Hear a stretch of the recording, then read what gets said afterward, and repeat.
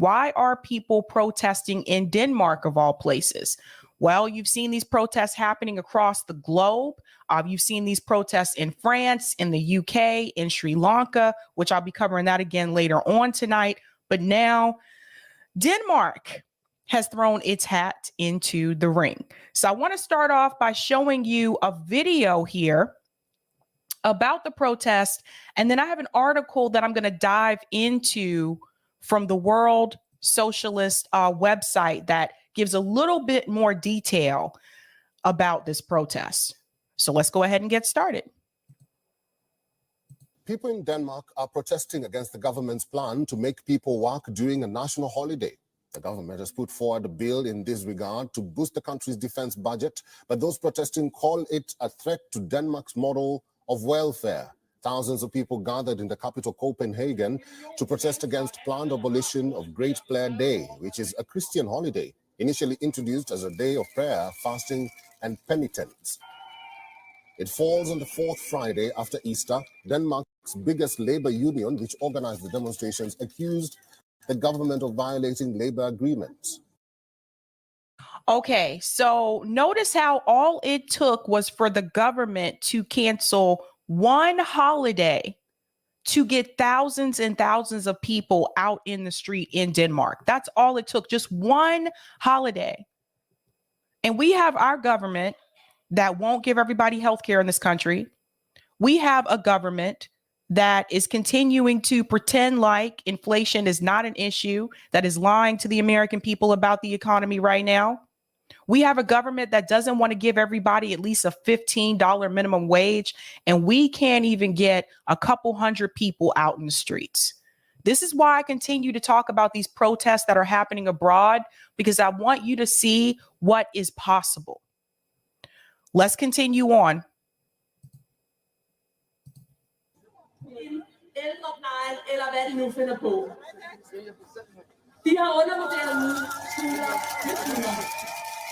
Our government, they want to take our national holiday away from us, which we call Big Prayer Day, and we're not going to take it. It's a really important day for us to have a day off. I mean, basically, it's not because we're a lot of Christians. It's not the spiritual thing, but basically, I mean, we're really stressed. Social workers are pretty stressed. We have a lot of work. The government didn't negotiate this with us at all.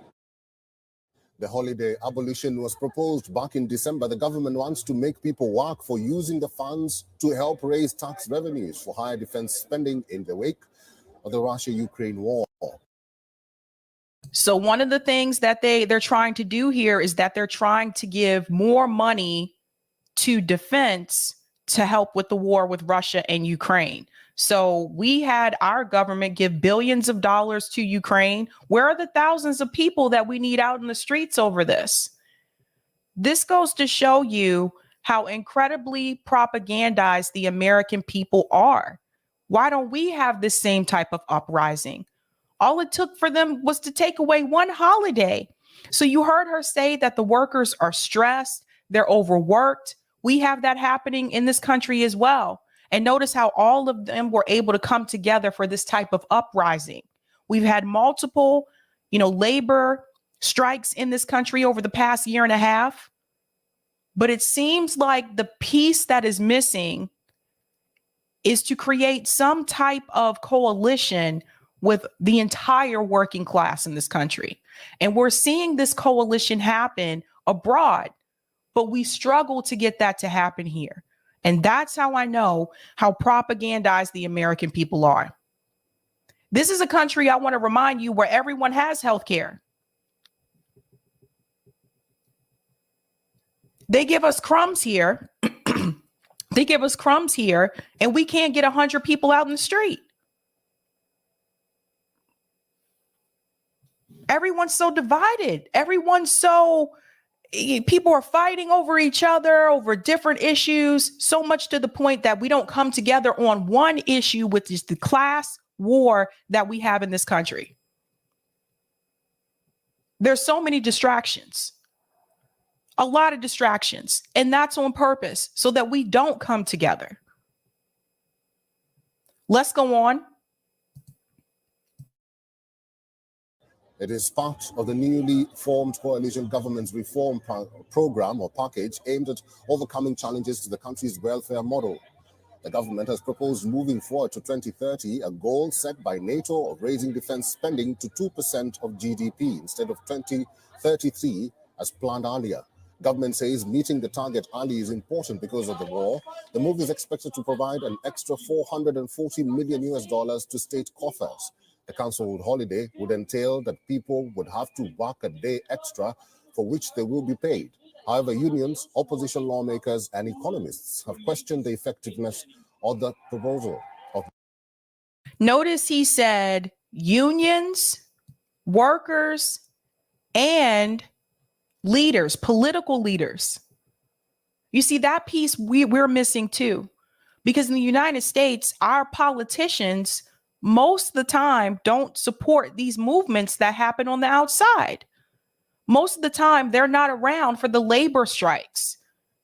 But in a country like Denmark, all of them are involved, not just the activists, not just the workers, not just the union leaders, but also the political leaders are also participating. That piece is key. When I spoke to Claire Daly recently, she mentioned this to me, that this is the piece we are missing in this country, in her country, in Ireland, in the UK, in France, in Germany, in Denmark. The difference is the politicians that they have in government are also involved on the outside when it comes to the organizing. We don't have that here. That's the problem. Let's go on. That proposal. Some economists have said it is unlikely to have long-lasting effects, as workers would find other ways to adjust their working hours.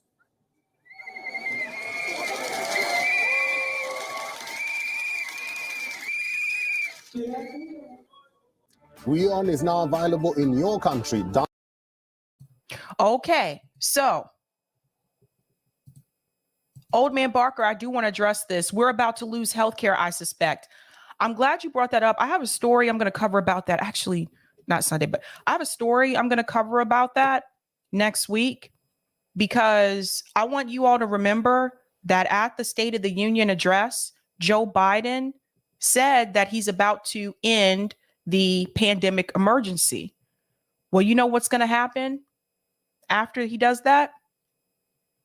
A lot of people are going to lose their health care. And since we don't have Medicare for all,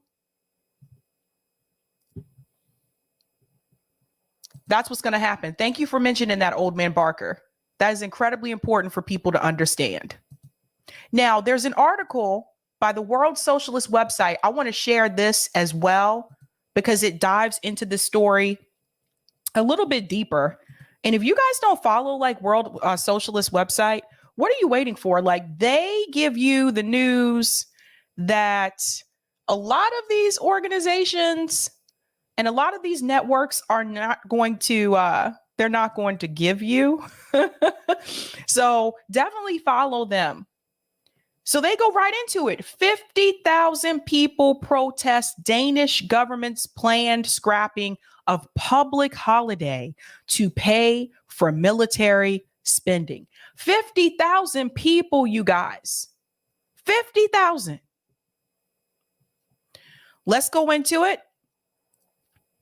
An estimated 50,000 people joined a demonstration in Copenhagen Sunday against the Danish government's plan to scrap a public holiday to help fund increased military spending. The proposal emerged out of weeks of closed-door talks between the Social Democrats and their right-wing coalition partners and aims to help hike Danish military spending to 2% of the GDP by 2030. These are all the people coming out against the military spending. Now, there's a rally coming up called Rage Against the War Machine in DC next week, President's Day weekend. That's probably going to be the largest anti-war rally that you see this year.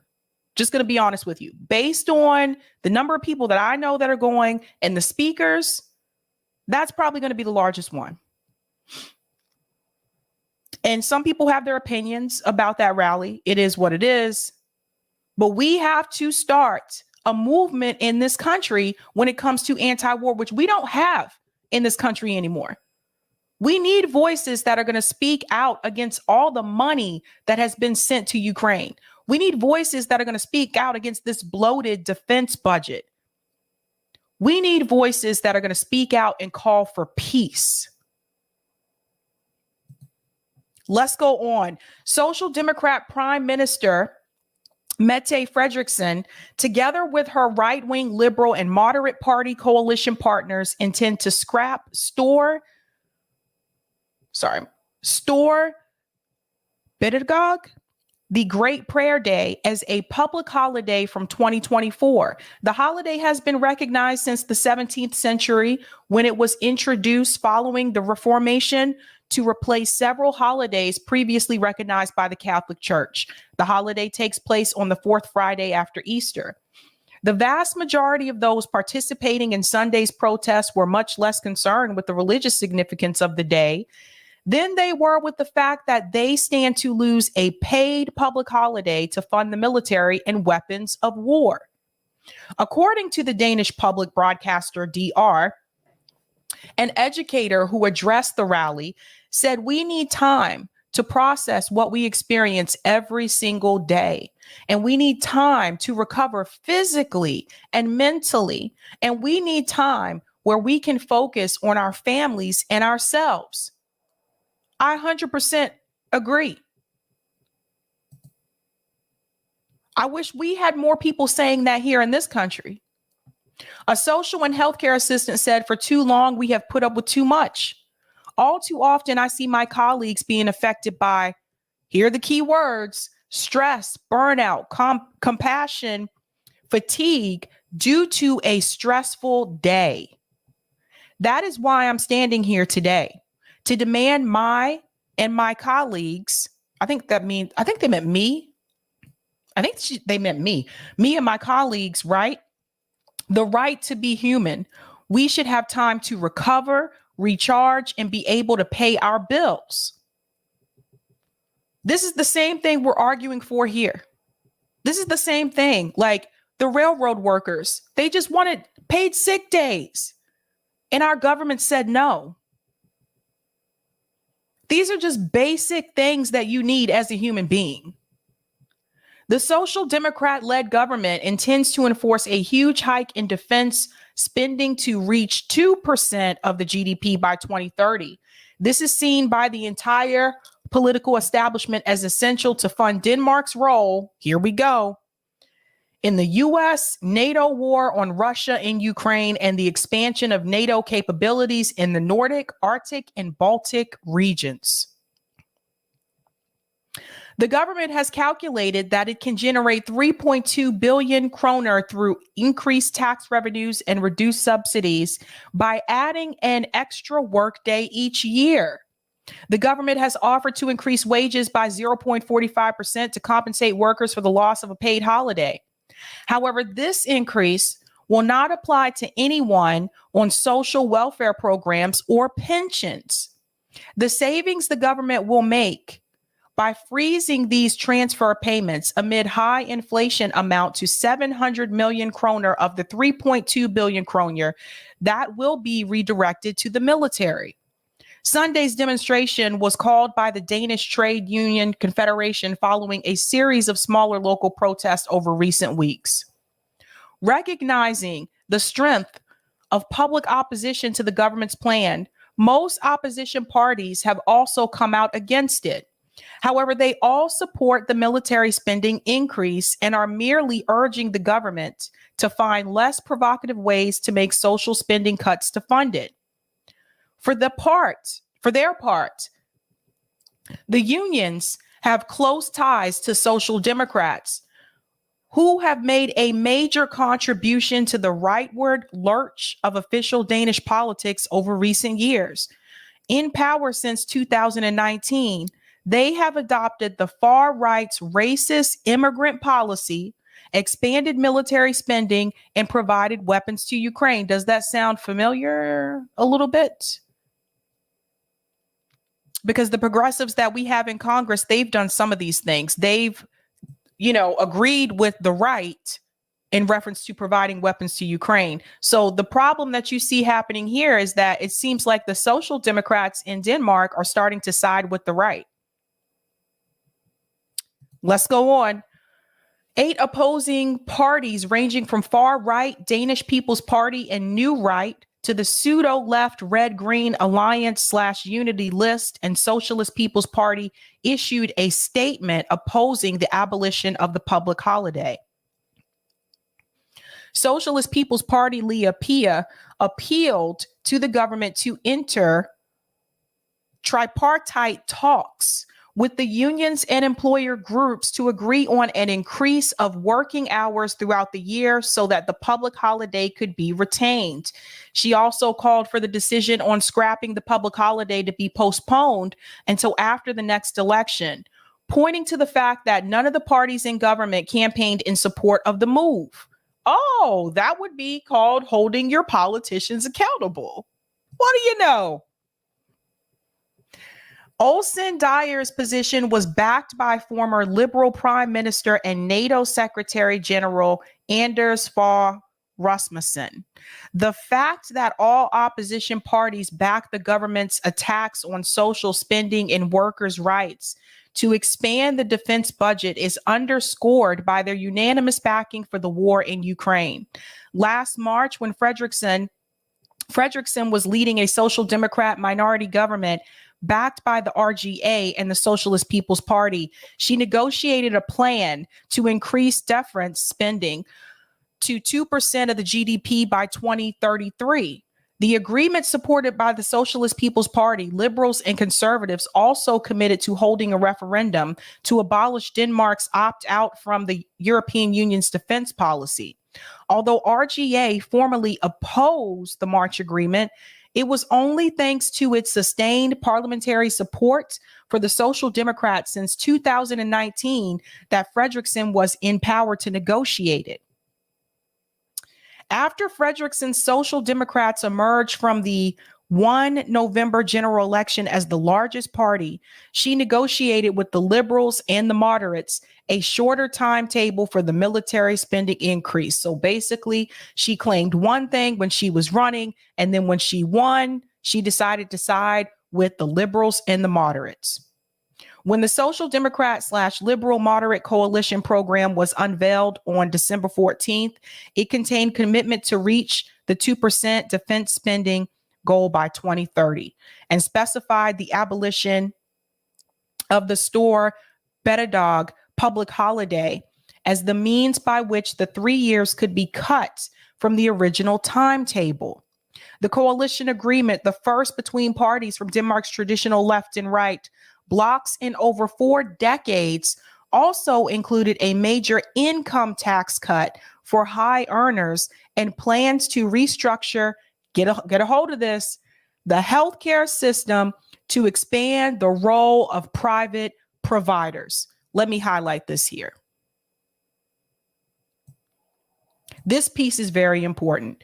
Plans to restructure the healthcare system to expand the role of private providers. This is becoming a trend abroad. The UK is also trying to privatize their healthcare system. And now it sounds like Denmark is wanting, at least the government is wanting, to allow private providers to come in. What is happening? These are countries that gave everybody health care. Why are they trying to privatize healthcare now?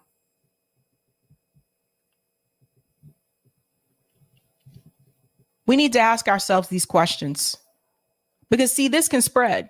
If the UK does it, if Denmark does it, then neighboring countries to Denmark can also do this as well.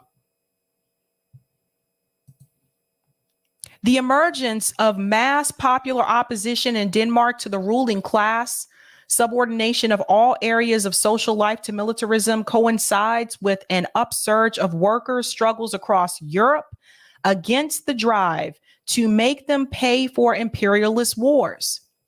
In France, millions of workers are expected to participate Tuesday in nationwide protests against President Emmanuel Macron's assault on pensions, which is aimed at slashing public spending on the elderly to fund an increase in French military spending. You see how this war is affecting everybody? It's not just people here in the US. It's not just people in Russia. It's not just people in Ukraine. It has a global effect. Rashad says, almost sounds like they want people to die, right? That's right. Sweary Fairy says greed. Yes, greed. Where he says this is what happens when politicians fail their way to the top. What is this? Deathkill? Because someone's pockets are getting fatter to sell out the people. There you go. There you go. So pay attention to this. In Britain, strikes by the National Health Service workers, rail workers, and teachers are resisting real-term wage cuts, public spending austerity, and privatization by a conservative government determined to sharply increase defense spending. Workers in Denmark oppose to footing the bill for the reckless U.S.-NATO war on Russia should link their struggle with those of their fellow workers across Europe and internationally build a global anti-war movement. 100%. Let me link this article. I'm going to put this in the chat so you guys can read the rest of the article. It's longer, or if you just want to reference it. But yes, this should be the goal. Link with their fellow neighboring countries to build a global anti-war movement. I 100% agree. But the point that I wanted to stress to you was the fact that all it took was for them to remove one holiday, and they got over 50,000 people out in the street. We have people in this country that we've seen on camera beaten by the police, killed by the police. We have people still making $7.25 an hour. We have people in this country that don't have health care. We have people in this country that are being exploited by their employers, taking their benefits away. We have an increased homeless rate in this country that has gotten worse since the pandemic. We have a housing issue in this country. Some of those things I mentioned to you, the problems that we have in the United States, Denmark doesn't even have those issues. And yet they were able to get 50,000 people out in the street. I sincerely hope that the American people will get off of social media every now and then and get out in the streets.